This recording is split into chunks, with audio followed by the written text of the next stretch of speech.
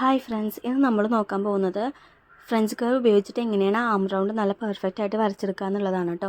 ഞാനപ്പോൾ സ്ലീവിൻ്റെ ഡെപ്ത്തൊക്കെ മാർക്ക് ചെയ്തിട്ട് 1 ഇഞ്ച് വിട്ടിട്ട് ചെരിച്ചൊരു വര സ്ലീവിൻ്റെ ഡെപ്ത്തിലേക്ക് കൊടുത്തിട്ടുണ്ട്.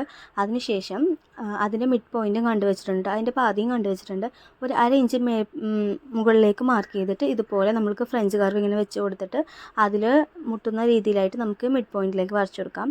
തിരിച്ചും അതുപോലെ തന്നെ ഫ്രഞ്ച് കർവ് ഇങ്ങനെ ചരിച്ച് വെച്ചിട്ട് ഒരു 1/2 ഇഞ്ച് ഡെപ്ത് താഴത്തേക്ക് മാർക്ക് ചെയ്ത് ആ മിഡ് പോയിൻറ്റിൽ നിന്ന് സൈഡിലേക്കും ഇതുപോലെ എൻഡിലേക്കും നമുക്കിതുപോലെ വരച്ചു കൊടുക്കാം കേട്ടോ. ഇപ്പോൾ നമ്മളുടെ ആം റൗണ്ട് കറക്റ്റായിട്ട് തന്നെ നമുക്ക് കിട്ടിയിട്ടുണ്ട്. ഫ്രഞ്ച് കർവ് ഇല്ലാതെയും ഇത് നമുക്കൊരു 1/2 ഇഞ്ച് ഡെപ്ത് മേളിലേക്ക് ആക്കിയിട്ട് ഇതുപോലെ കൈക്കുഴി കറക്റ്റായിട്ട് വരച്ചു കൊടുക്കാൻ പറ്റും കേട്ടോ.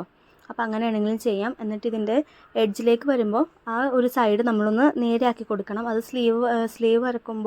സ്ലീവ് തയ്ക്കുമ്പോൾ നമുക്കൊരു ബുദ്ധിമുട്ട്, ഒരു മിസ്റ്റേക്ക് വരാതിരിക്കാൻ വേണ്ടിയിട്ടാണ് അങ്ങനെ ചെയ്യുന്നത്. ഇപ്പോൾ ഞാൻ ഈ കാണിക്കുന്ന പോലെയാണ് കേട്ടോ അങ്ങനെ ചെയ്യേണ്ടത്.